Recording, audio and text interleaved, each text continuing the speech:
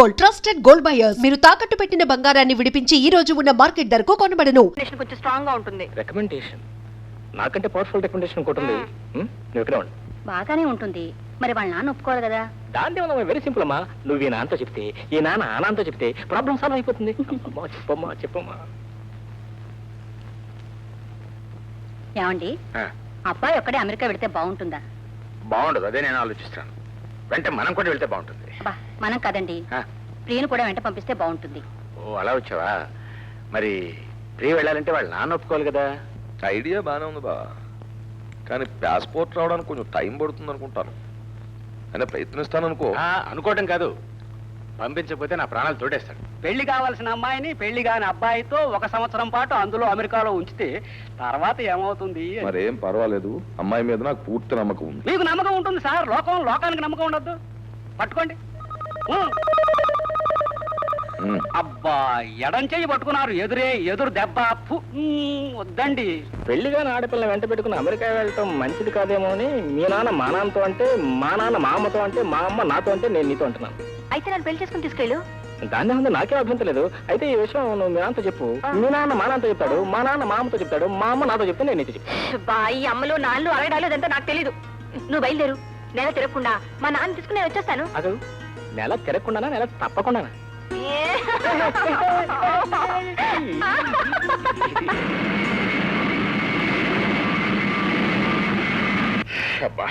ఏమండి, మనకు పాలు పోస్తుంది సీతమ్మ వాళ్ళ అన్నయ్యండి. నమస్కారం అండి. కూర్చోండి కూర్చోండి. వీరికి తెలిసిన వారి తోటలో చిన్న ఇల్లు ఉందట. అదంతా అమ్మకానికి వచ్చిందట. మనకెందుకు? ఏమండి, అబ్బాయి పెళ్ళైన తర్వాత మనం హాయిగా ఏ తోటలో ఇల్లు కట్టుకుని ఉండొచ్చని మీరే కదండి అన్నారు. ఓహో, ఏదో మాట వరుస కన్నా అనుకో. సరే, ఇంతకీ ఎంత చెప్తున్నారట?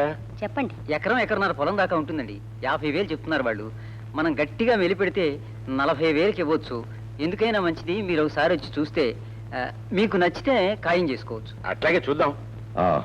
ఫ్లైట్ టైం అయిపోయింది, మరి బట్టలు అవి సర్దేసుకుని రెడీ అయిపో. ఏం బయలుదేరమంటారు? మంచి చీర ఒక్కటి లేదు. అయితే ఏంలే, మనం వెళుతున్న సింగపూర్ అన్ని అక్కడ కొనుక్కోవచ్చు. బయలుదేరు. అయ్యా, మీరేమీ అనుకోకపోతే ఒక విషయం, మీరిద్దరూ కలిసి ఏరోడ్రోమ్కి వెళ్ళారనుకోండి, అంత బాగుండదు. నాకు ఈ విషయం తట్టనే లేదు. అందుకని మీరు ముందు వెళితే వెనక చల్లాయిని తీసుకొస్తాను. అలాగే బాబు, మీకు రిలీఫ్ ఇవ్వడంలో ఎంత బాధ్యత ఉందో మీ పరువు ప్రతిష్టలు కాపాడటంలో కూడా అంత బాధ్యత ఉంది బాబు. ఎయిర్పోర్ట్ లో ఉంటాను. ఇదిగో చూడు, సింగపూర్ వెళ్ళటం కాదు, వచ్చేటప్పుడు జాగ్రత్తగా రావాలి. ఎందుకంటే ఇల్లు కట్టించడానికి పునాదులు ఇప్పుడే తవ్వించాను. గోడలు కట్టాలి, సీలింగ్ వేయాలి, ఇంకా చాలా చాలా చెయ్యాలి. ఎలా వస్తావో ఏమో. దా. నమస్కారం అండి. బావగారు ఎక్కడ లేరండి. ఎక్కడికి వెళ్ళారు? ఏదో సింగపూర్ వెళ్ళారని చెబుతున్నారు. సింగపూరా? దేనికి? తెలీదండి. నాతో మాట మాత్రం చెప్పలేదే. నాతోనే ఒక మాట చెప్పలేదు, మీతో చెప్పకపోవటం తప్పేనండి.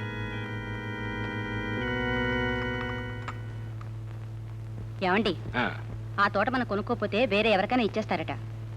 అది సరేనే, బావ ఊళ్ళో లేడే మరి? లేకపోతే ఏమిటండి, ఆయన వచ్చిన తర్వాత చెప్పొచ్చుగా. ఆయనతో చెప్పకుండా కొంటే ప్రాణాలు తీసేస్తారా ఏమిటి? ప్రాణాలు తీస్తాడని కాదు. సరే, తీసుకుంటామని చెప్పు.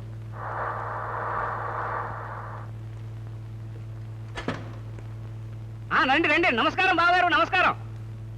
ప్రయాణం ఎలా జరిగింది? బాబు, ఒక్క నిమిషం దిగుతారా? లేదయ్యా, అర్జెంట్ పని మీద వెళ్తున్నాను, మళ్ళీ వస్తాను కదా. మీతో ఒక్క ముఖ్యమైన విషయం కూడా చెప్పాలి. ఏమిటది? ఏమి లేదు బాబు, మీరేమన్నా కొనుక్కోండి అని మీతో అంటే మీరేమో మా బావగారు అంటారు. మరి మీరు లేనప్పుడు మీ బావగారు ఏం చేశారో తెలుసా? ఏం చేశాడు? ఒక తోట కొనేశారండి. నే లేకుండా అలాంటి పని చేయడే. నేను అబద్ధం చెప్తానా? మీకే తెలుస్తుంది కదా. సరే.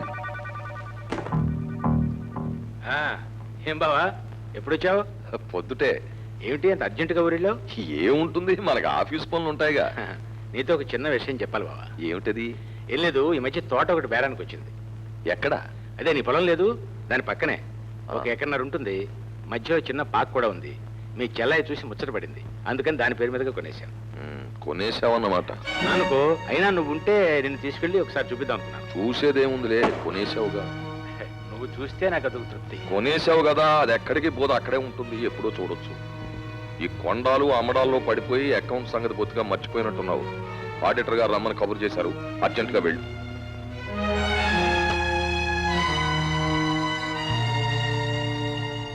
బాబు, ఎప్పటికైనా గుర్తుంచుకోండి, ఈనాటి వరకు చరిత్రలో పార్ట్నర్షిప్ తో స్టార్ట్ అయిన ఏ వ్యాపార సంస్థలు కూడా సంవత్సరాల తరబడి నిలబడలేదు.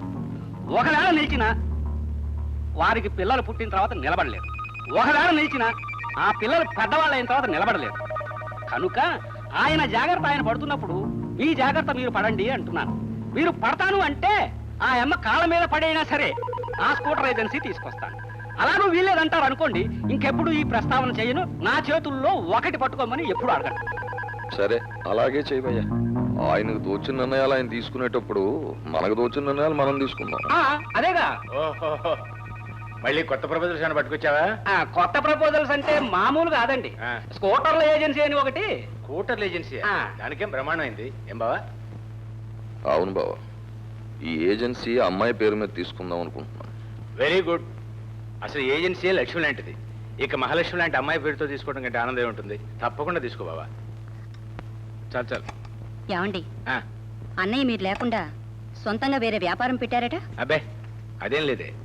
ఈ ట్యాక్స్లు ఈ గొడవల కోసమని మేమే వేరే కంపెనీ పేరుతో అలా చేస్తున్నాం అంతే. ఎందుకండి అబద్ధాలు చెప్తారు? ఎప్పటికైనా మిమ్మల్ని బయటికి పంపిస్తారని ఊళ్ళో చాలా మంది చెప్పుకుంటున్నారు. నోర్మయ్య, వేదవ తెలివితేటలు నువ్వు. ఇద్దరు పార్ట్నర్స్ గురించి ఈ లోకంలో ఏ ఇద్దరు మంచిగా చెప్పున్నారు కనుక ప్రపంచం తీరే అంత. వెరీ గుడ్ బావా, వెరీ గుడ్. ఈ వచ్చిన ఆర్డర్స్ పెట్టి చూస్తే ఇవాళ ఎవరికైనా స్కూటర్ కావాలంటే రావడానికి ఒక సంవత్సర కాలం పడుతుంది అనమాట.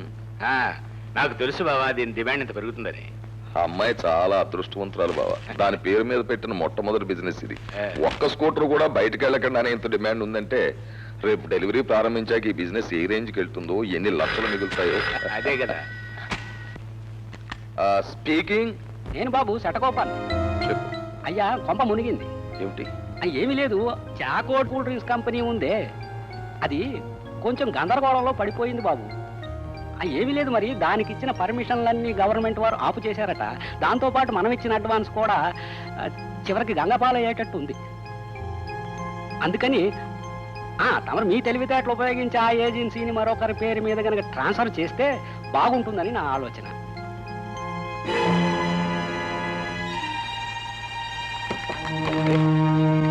ఏమిటి బావా, ఏమైంది? ఏం లేదు బావా, ఆ, స్కూటర్ ఏజెన్సీలో చాలా లక్షల లాభం వచ్చేట్టుంది కదా. ఆ, అంటే ఆ లాభం అంతా అమ్మాయికి చెందుతుంది. అంటే నాకెందుకో మనస్కరించడం లేదు బావా. అమ్మాయి పేరు మీద ఒక ఫర్మ్ ఉన్నప్పుడు అబ్బాయి పేరు మీద కూడా ఒకటి ఉండడం న్యాయం. అంచేతో పని చేద్దాం, మన జాయింట్ ఫార్మ్ లో ఉన్న చాకో డ్రింక్స్ ఆ. అబ్బాయి పేరును పెట్టేద్దాం. ఎందుకలా? అంటే ఏం లేదు, ఆ అమ్మాయి చాలా అదృష్టవంతురాలని తేలిపోయింది. అబ్బాయి అదృష్టం ఎంతో అమ్మాయి అదృష్టం ఎంతో తేల్చుకోవడానికి ఇదే కరెక్ట్ టైము అని నేను తెలుసుకున్నాను. అదేవాడి బావా, నీకు ఎట్లా బాగుంటుందని తోస్తే అలా చెయ్యి. అలాగే. ఆ, హలో. అయ్యా మరి నాకు ఒక ఐడియా వచ్చింది. లేదు, నువ్వు పెట్టేయి. చాకో డ్రింక్స్ ఏజెన్సీ మొత్తం అబ్బాయి పేరు మీద తీసుకున్నాడు. నిజమేనండి? నిజంగానే. అది గనక మార్కెట్లోకి వచ్చి పాపులర్ అయిందంటే మనకు వచ్చే లాభాలు లక్షల్లో కాదు కోట్లలో ఉంటుంది. మొట్టమొదటి ఏమనుకున్నాడో కంపెనీ పేరు మీద జాయింట్ గానే తీసుకున్నాడు. ఆ. తరువాత అబ్బాయి పేరు మీదగా రాసేసాడు.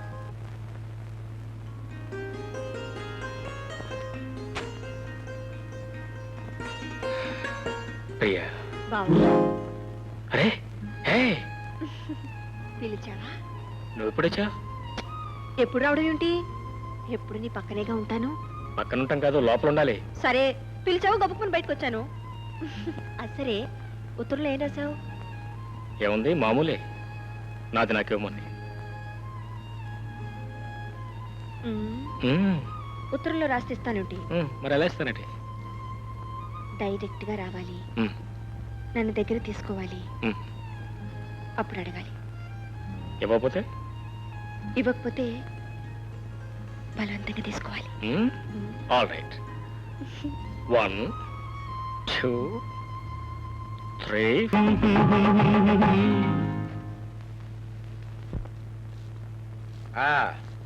రా బావా, రా కూర్చో. ఏమే, మీ అన్నయ్య వచ్చాడు, కొంచెం కాఫీ పెట్టరా. ఏం కాఫీలే బావా. ఏమిటంత నీరసంగా మాట్లాడుతున్నావు? విషయం నీరసమైందే. అంటే నీకు ఒక షాకింగ్ న్యూస్ చెప్పాలి బావా. ఏమిటిది? ఆ చాకో డ్రింక్స్ ఏజెన్సీ మీద డబ్బు పెట్టాం కదా, అవును. ఇప్పుడు దాన్ని గవర్నమెంట్ స్టాప్ చేసేసింది. మరి మనం ఇచ్చిన అడ్వాన్సు? ఏం అడ్వాన్సు? మనం చేసింది బ్లాక్ అడ్జస్ట్మెంట్ కదా. జెండా ఎత్తేసాక జెండాపై కపిరాజు లేడు, నెత్తి మీద పిలకరాజు లేడు. అంటే మనం ఇచ్చిన 15 లక్షలు పోయినట్టేనయ్యా. అందుకే కదా ఈ బాధ అంతాను. ఏదైనా తినే వాళ్ళకి అదృష్టం ఉండాలి. కనీసం 50 లక్షలైనా లాభం వస్తుంది అనుకున్నాను. ఏదో మీ వాడి పేరు మీద పెట్టాను, తినే రాతలేదు, పోయింది. అయితే ఇప్పుడు నేను ఏం చేయాలి? ఏం చేస్తావు? ఆ 15 లక్షల రూపాయలు నీ పర్సనల్ అకౌంట్ లో వేసుకోవాలి. ఒకవేళ కంపెనీ అకౌంట్ లో వేసామనుకో కంపెనీ దివాలా తీస్తుంది. కంపెనీ దివాలా తీసిందనుకో పరపద పోతుంది. పరపద పోయిందనుకో మన ఇద్దరం పోతాం. ఎవరో ఒకరు నిలబడి ఉంటే ఆ రెండో వాళ్ళకి సాయం చేసుకోవచ్చు. అయినా నువ్వేం పెద్ద వర్రీ కాకు. ఏదో విధంగా నేను జెండా ఎగరేస్తాను కదా. మరి నేను వెళ్తాను.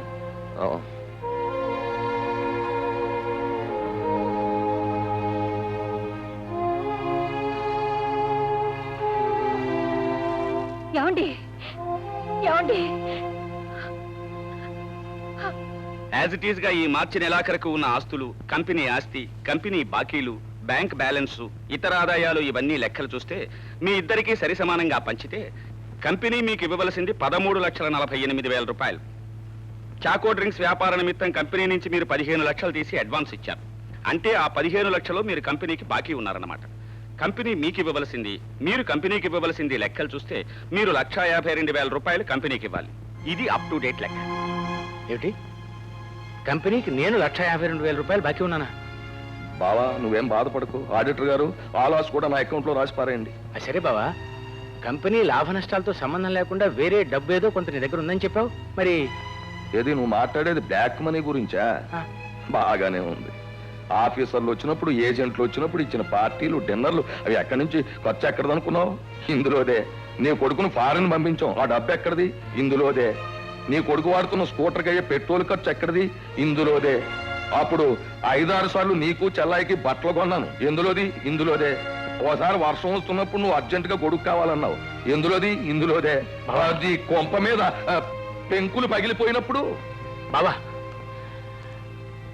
ఇంకేం చెప్పదు, నా లెక్క నాకు సరిగ్గా సరిపోయింది. ఆడిటర్ గారు, ఎక్కడ సంతకాలు పెట్టాలో చెప్పండి, అక్కడ సంతకాలు పెట్టిన వెళ్ళిపోతాను అంతే. Hello, Shekhar here.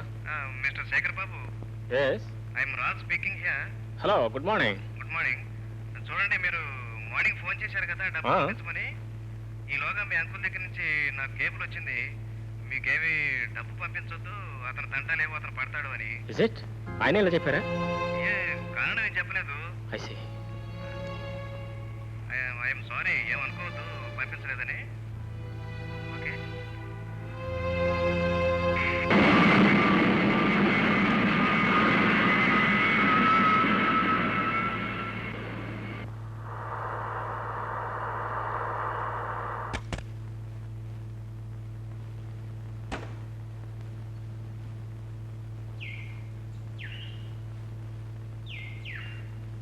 జరగాలండి మీకు.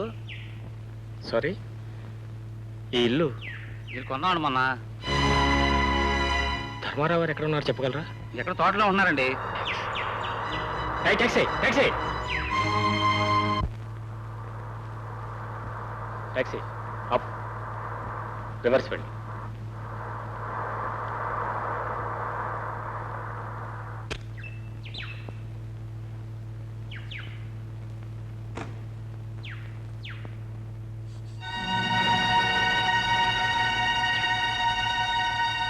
అమ్మా,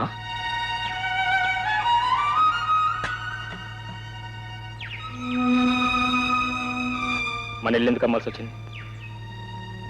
మాట్లాడవేమ్మా. మన ఇల్లు మీ తోటలో ఉండాల్సిన కర్మ ఎందుకు పట్టింది? చెప్పమ్మా, అసలు ఏం జరిగిందో చెప్పమ్మా.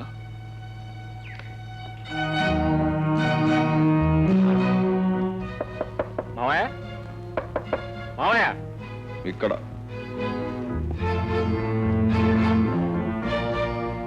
మా నాన్న నువ్వు విడిపోయారా? అవును. ఎందుకని? పరిస్థితులు అలా వచ్చాయి. ఏమిటా పరిస్థితులు? ఎందుకు అలా వచ్చాయి? ఏముంది, టైం బాగోక. ఎవరి టైం బాగోక? ఇద్దరి టైం.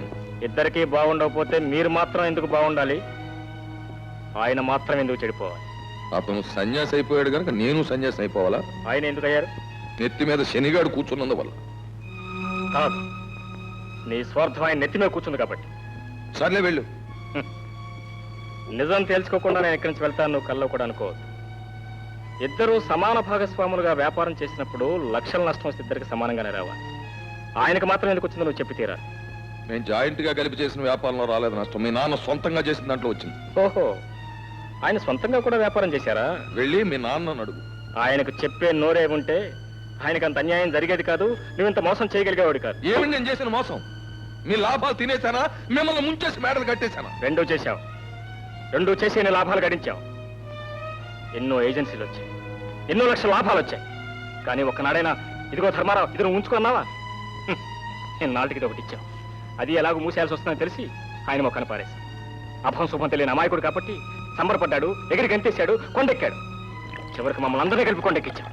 మిస్టర్, ఆఖరిసారిగా చెప్తున్నాను, మొన్నటి వరకు మీరిద్దరూ కలిసి చేసిన వ్యాపారాలన్నింటిలోనూ ఇద్దరు సమాన భాగస్వాములుగా మొత్తం లెక్కలు వేసి మాకు రావాల్సింది మాకు పారాయండి. లెక్కలు బొక్కలు అన్నీ తేలిపోయాయి, సంతకాలు కూడా అయిపోయాయి. తెలుసు, సంతకాలున్న కాగితాలన్నీ చించి పారేస్తే లెక్కలన్నీ బొక్కల్లోకి వెళ్ళిపోతాయి. మర్యాదగా మా డబ్బంతా ఇస్తావు లేదా? రేయ్ సుబ్బడు, ఇతన్ని బయటికి దోసేసి గేటు మూసేయ్. అంతవరకు వస్తే ఇంకా దారుణంగా ప్రవర్తించాల్సి ఉంటుంది. అవసరమైతే నీ శవం మీద నుంచే నడిచి వెళ్లాల్సి ఉంటుంది. జాగ్రత్త అనుకున్నావు. అసలు నీకు బుద్ధి ఉందా లేదా? నువ్వు మనిషి జన్మెత్తలా? ఎవర్రా ఎక్కడ వెళ్ళమంది ఎందుకు వెళ్ళావు? చేసిన అన్యాయానికి సమాధానం చెప్పమని అడగడానికి. ఏ నువ్వే అడగాలా? నేను అడగలేనా? నువ్వు అడగలేవు, నీకు నోరు లేదు, అందుకే అడగడానికి వెళ్ళా. నోరు అందరికీ ఉంటుందిరా. పుట్టిన ప్రతివాడికి నోరు ఉంటుంది. ఉంటే ఆ నోరు ఎప్పుడు ఉపయోగించాలి, ఎందుకు ఉపయోగించాలి, ఎలా ఉపయోగించాలి అని జ్ఞానం ఉండాలి. నోరు ఉంది కదా అని నీ ఇష్టం వచ్చినట్టు మాట్లాడి ఉన్న సంబంధాలు తెగదెంపులు చేసుకుంటావా? సంబంధం ఏమిటి? అతనికి మనకున్న సంబంధం ఎంతసేపు అతను స్వార్థం తప్ప. అవునరా, అతను స్వార్థపరుడే. స్వార్థంతోనే ఈ పనులన్నీ చేస్తున్నాడు. చేస్తే నీకొచ్చిన నష్టం ఏమిటి? ఏమిటా? ఒకేసారి ఒకే స్థితిలో వ్యాపారం ప్రారంభించి అతను మిద్దులు ఎందుకు ఉండాలి, మన పాకాలు ఎందుకు ఉండాలి? మనం వ్యాపారం ప్రారంభించినప్పుడు ఈ పాక కూడా లేదురా. మన బ్రతుకులు ప్రారంభమైంది నడి రోడ్డు మీద. మేడల్లో ఉండాలి, కారులో తిరగాలని అంటలేదు. తన్నే నమ్ముకున్న ఒక మనిషిని ఎందుకు అలా మోసం చేయాలంటున్నాను? ఎవరిని అడుగుతావా? మన కర్మాన్ని సరిపెట్టుకో అంతే.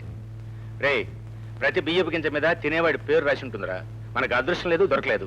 దానికి అతను మోసం చేసి అంటావేంటి? ఆ అమ్మాయి పేరు మీద వ్యాపారం చేశాడు, కలిసి వచ్చింది. నీ పేరు మీదగా చేశాడు, కలిసి రాలేదు. చూడు, నష్టపడ్డప్పుడల్లా ఎదటివాడు నష్టపరిచాడు అనుకోవడం, దెబ్బ తగిలినప్పుడల్లా ఎదటివాడు దెబ్బ తీశాడు అనుకోవడం మానవ సహజం. సరే, అతను మోసం చేసి డబ్బు సంపాదించాడు అనుకుందాం. ఎవరి కోసం చేశాడు? ఆ పిల్ల కోసం చేశాడు. ఆ పిల్ల ఎవరు? నీకు కాబోయే భార్య. ఆ పిల్ల నీకు భార్యగా వస్తే అతను మోసం చేసి సంపాదించిన డబ్బంతా నీకే వస్తుందిగా. అప్పుడు అనుభవించేది నువ్వేగా. అక్కర్లేదు. ఒకరి దయాభిక్షమే బ్రతకాల్సిన కర్మ నాకేం పట్టలేదు. నిజంగా అంత కర్మ పట్టిన రోజున అతను అక్కర్లేదు, అతను కూతురు అక్కర్లేదు, అసలు ఈ పెళ్లి అక్కర్లేదు. మీకు తెలియకపోవచ్చు, తెలిసిన మీరు చెప్పలేకపోవచ్చు. గ్యారంటీగా అతను మనం మోసం చేశాడు. లేకపోతే ముందుగా ఫామ్ పేరు తీసుకుని ఆ తర్వాత నష్టం వస్తుందని తెలిసి నా పేరటే మార్చాడు. ముఖ్యంగా మనతో తెగతింపులు చేసుకోవాలనే ఉద్దేశంతోనే ఇలా బిహేవ్ చేసుకుంటాడు. ప్రియా, ఏమిటమ్మా?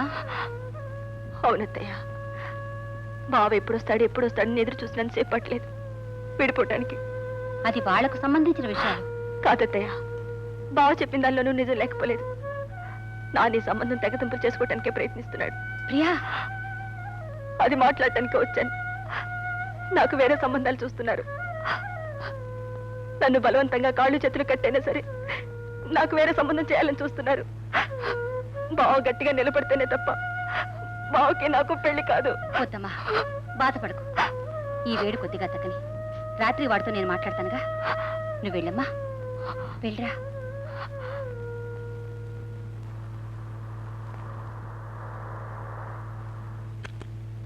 బాబు దిగండి దిగండి. చూసారా? ఓహో, పదండి, రండి. ఏంటి ఇదంతా బిల్డింగే? ఇదంతా ఎంత బాబు? ఇంత, ఇంకా ఎంతో ఉంది. త్వరగా చూపించవయ్యా. పదండి. అబ్బబ్బబ్బబ్బబ్బబ్బ, ఇంద్రభవనాలని హరికథల్లో విన్నాం, ఇప్పుడు కళ్ళారా చూస్తున్నాం. మీరు మాట్లాడకుండా నా వెనకాల రండి, నేను చూపిస్తూ ఉంటాను, మీరు చూసేస్తూ ఉండండి. పద పద. పదండి. చూడండి చూడండి, దీపాలు వెలిగిపోతున్నాయి. దీంతో పోలిస్తే మన ఇల్లు ఎంత ఉంటుందంటావు? ఈ స్తంభం అంత ఉంటుందిలేండి. రండి. ఆగండి బాబు. Good morning. అమ్మగారిని ఒకసారి పిలుస్తావు. ఎన్నిసార్లు చెప్పండి మీకు పని వాళ్ళు ఉంటారు పిల్లమని చెప్పండి. ఆ. అమ్మాయి పాపా ఏమిటండి? అమ్మగారిని ఒకసారి పిలువమ్మా. కూర్చోండి, పిలుస్తాను. ఆ. కుర్రాడేమిటా మరీ గడుగ్గాయిలా ఉన్నాడు? ఉన్న స్థితి ఏమిటి మరి? ఇంత కుర్రాడే అంత ఫోర్స్గా ఉంటే అసలు నా కాబోయే అల్లుడు ఎలా ఉంటాడా అని నా బెంగ. ఆయన గిడుగ్గాయలాగా ఉంటాడు. ఓసారి కాళ్ళకి చూపించవయ్యా. చూశారు, ఇన్ని సంవత్సరాల పరిచయంలో ఒక్కసారి చూసుంటాను అంతే. కాదంత బిల్డింగ్ లో పోనీ ఫోటో అయినా ఎక్కడ? ఫోటో దిగరలేండి. నమస్కారం అమ్మా. నమస్కారం అమ్మా. అమ్మా నేను చెప్పానే గిరిగుళ్ళ సుబ్బారావు గారని. వీరి నమస్కారం. నమస్కారం. రండి రండి, కూర్చోండి. ఏమిటో బావగారు లేకుండా మిమ్మల్ని ఎలా చూడాల్సి వచ్చింది? ఆయనే ఉంటే మీరు మమ్మల్ని చూసే పరిస్థితే ఉండేది కదా అన్నయ్య గారు. అన్ని విషయాలు ఆయనే చూసుకునేవారు. అది నిజమేనండి. ఒక విధంగా ఈ రకంగా మిమ్మల్ని చూసే అదృష్టం నాకు లభించింది. నాకు అంతే చాలు. ఆ అబ్బాయి గారు ఎక్కడో. అబ్బాయి గారు అబ్బాయి గారు ఇక్కడ ఎందుకు ఉంటారండి? ఎందుకు ఉండాలి? ఏమి చేస్తారు? పాలరాయి దుడిపిస్తారా? ఇల్లు కడిగిస్తారా? ఎన్ని వ్యవహారాలు, ఎన్ని బిజినెస్లు, ఎన్ని ఏజెన్సీలు.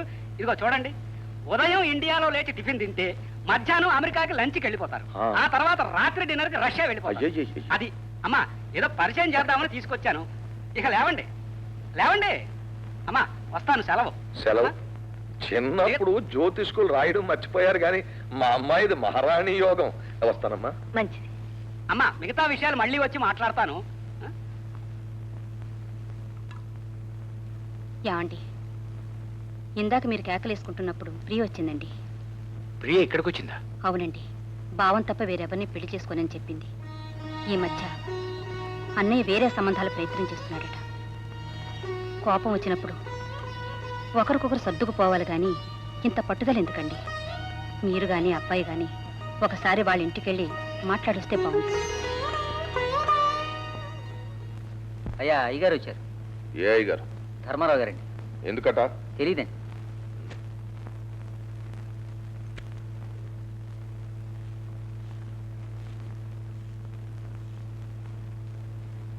నేను అర్జెంట్ పని మీద బయటకు వెళ్తున్నాను. రా బావా. ఏమిటి విషయం? నీతో కొంచెం మాట్లాడాలి. తర్వాత మాట్లాడదాం. బావా, ముక్కు ముఖం తెలియకుండా వాడు మాట్లాడిన దానికి నువ్వు చాలా బాధపడుతున్నావు నాకు తెలుసు. ఎవరో ఏదో మాట్లాడిందని పట్టుకుని వాడు నీ దగ్గరికి వచ్చాడు. ఎవరు మాట్లాడారు? ఎవరు అంటే దారిని పోయేవాళ్ళు మీ అబ్బాయిని పిలిచి మీ నాన్నను పలానావాడు అన్యాయం చేశాడు వెళ్ళి అడుగు అని చెప్తారా? చెప్తే నువ్వు చెప్పుండాలి, లేదా నీ భార్య చెప్పుండాలి. బావా, వాడు తెలివి తక్కువగా మాట్లాడిన దానికి వాడి తరఫున నేను క్షమాపణ వేడుకుంటున్నాను.